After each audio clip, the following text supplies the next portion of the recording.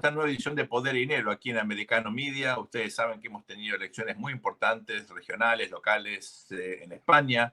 También hemos tenido elecciones a nivel local en Italia, que derivaron en un triunfo importante para la primer ministro Giorgia Meloni.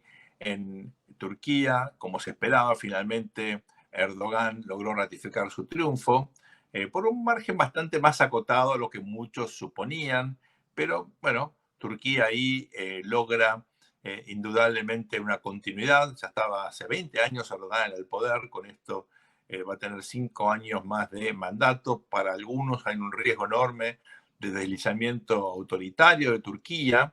Otros ven efectivamente una crisis económica en el horizonte de corto o mediano plazo, con una lira que se ha seguido debilitando, la moneda doméstica turca. Turquía tiene un papel fundamental en la OTAN, como ustedes saben, y aquí se está a punto de discutir en las próximas semanas el virtual ingreso de Suecia.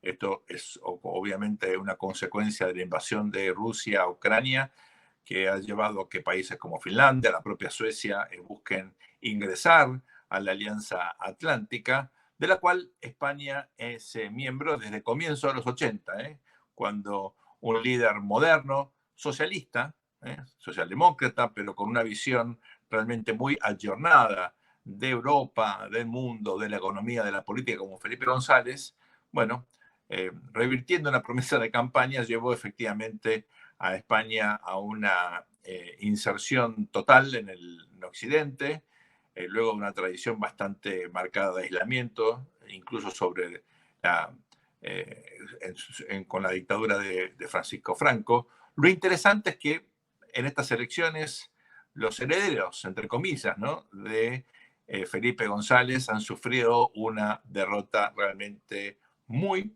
pero muy significativa. En efecto, el gobierno de Pedro Sánchez ponía en juego, bueno, un equilibrio de poder de cara a las elecciones generales que se iban a realizar a fin de este año, en diciembre. Pero como consecuencia de una derrota muy, pero muy significativa, Pedro Sánchez ha decidido adelantar las elecciones, sorprendiendo un poco al entorno político doméstico español. En 2 meses entonces se elegirán las nuevas autoridades.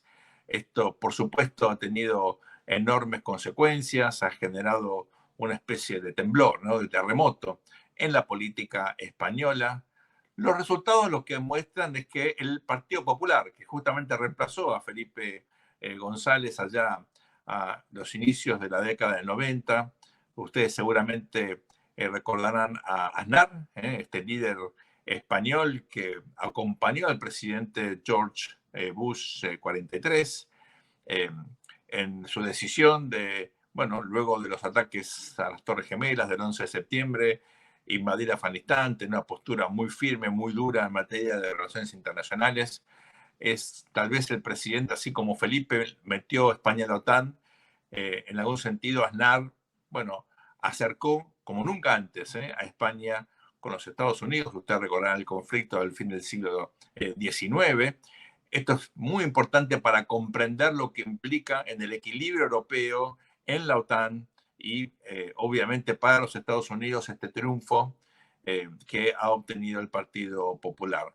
Es evidente, se trata de elecciones a nivel de las autonomías, que son como una especie de federalismo imperfecto que tiene España, y de las ciudades. No es la elección general, pero que haya disparado una crisis de gobernabilidad y un adelantamiento de las elecciones pone de manifiesto que la intención de Pedro Sánchez es por lo menos que el Partido Popular no gane con una mayoría tan contundente como para formar un gobierno sin alianzas.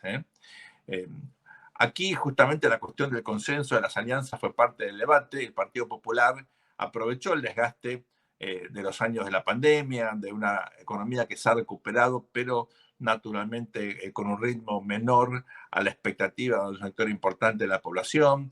La inflación, bueno, también naturalmente erosionó el poder de ingreso de los asalariados.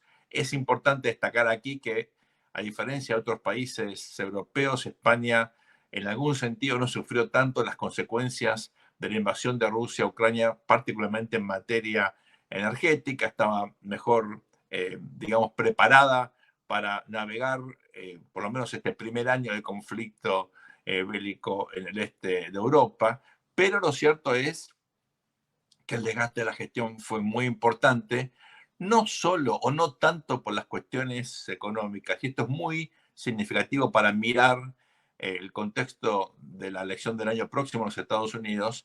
En España lo que se ha librado también es una especie de guerra cultural. Y aquí quiero ser muy enfático, porque el Partido Popular eh, realmente polarizó mucho la elección, enfatizando justamente estas cuestiones, ¿no? En algún sentido, el PSOE, el Partido Socialista Obrero Español, liderado por Pedro Sánchez, entró en esta dinámica absurda de radicalismo, llamaríamos en Estados Unidos woke. Estas posiciones a veces, bueno, difíciles de entender, casi, uno diría, no solamente absurdas, sino forzadas, con una cantidad de iniciativas que intentaban realmente forzar cambios que la sociedad española no estaba dispuesta a hacer.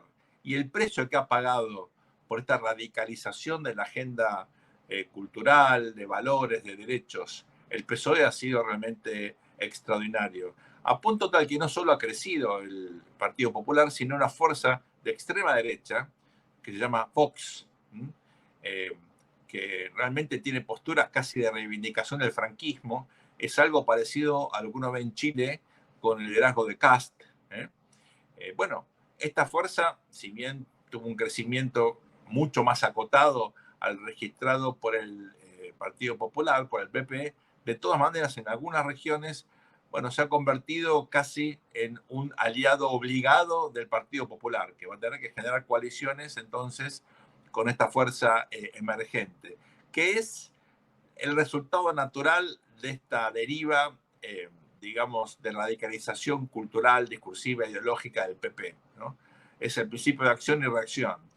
Por eso es tan interesante el fortalecimiento de estas ideas, pensando en la batalla cultural, en esta lucha ideológica que vemos en los Estados Unidos, que indudablemente de cara a las elecciones del año próximo se va a profundizar. La polarización, en efecto, fue uno de los elementos que ha marcado la dinámica de estas elecciones en España, con una distancia narrativa e ideológica cada vez más significativa entre izquierda y derecha. Ustedes recordarán, seguramente lo escucharon varias veces en los últimos tiempos, que estas categorías de izquierda y derecha parecían superadas, que había como una especie de consenso donde el sentido común, una especie de, digamos, común denominador de políticas públicas razonables eran compartidas por gobiernos de izquierda y de derecha. Y algo de eso era cierto.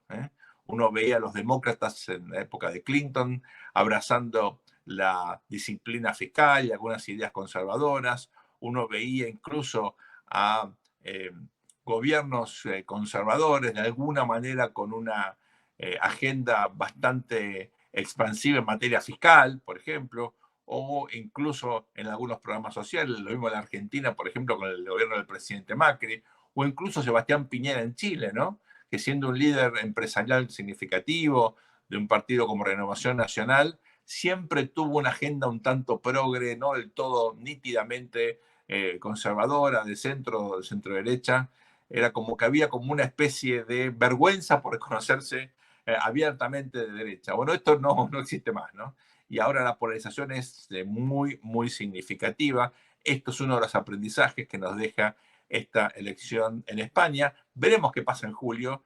La elección que vale, los votos que cuentan son de la elección general, no de esta autonómica. La decisión de apurar, de adelantar las elecciones, intentaba, bueno, agarrar mal parado, ¿verdad?, a el sistema político. La recaudación para las campañas recién empieza, 2 meses es poco tiempo, siempre contar con los recursos de un gobierno, el incumbente tiene ahí una diferencia a favor que es obviamente imposible de minimizar, pero al mismo tiempo los sondeos están sugiriendo no si el Partido Popular va a ganar o no, sino con qué margen. Si va a poder formar gobierno de manera unilateral, si va a necesitar alianzas. El PSOE está aliado con una fuerza pro-chavista, pro-iraní, casi trotskista como Podemos, que era una especie de kirchnerismo europeo, ¿no? Y también se había aliado a un partido vasco que nunca reivindicó la violencia de ETA, como Valdú. Eso, bueno, le costó mucho a Pedro Sánchez esa política de alianzas tan pragmática, tan amplia, con fuerzas que no tenían una convicción democrática en sus valores fundamentales. Por eso ha pagado un costo tan significativo. Ahora Pedro Sánchez, con este adelantamiento, lo que busca es que estos grupos de izquierda o nacionalistas autonómicos tan pequeños no tengan la fuerza como para organizarse a nivel nacional. Veremos si esto es así o no. Lo cierto es que en Europa hay de a poco un giro hacia la moderación con dos países fundamentales, sobre todo para América Latina, ¿no? Como España e Italia, con una perspectiva distinta en materia ideológica, con gobiernos de centro, centro-derecha, que se están fortaleciendo. Veremos qué pasa en julio, pero la elección realmente el domingo pasado ha sido muy, pero muy significativa. Ya volvemos, no se vayan. Con luego esta muy breve pausa, estamos de vuelta con más poder y dinero aquí en Americano Vivo.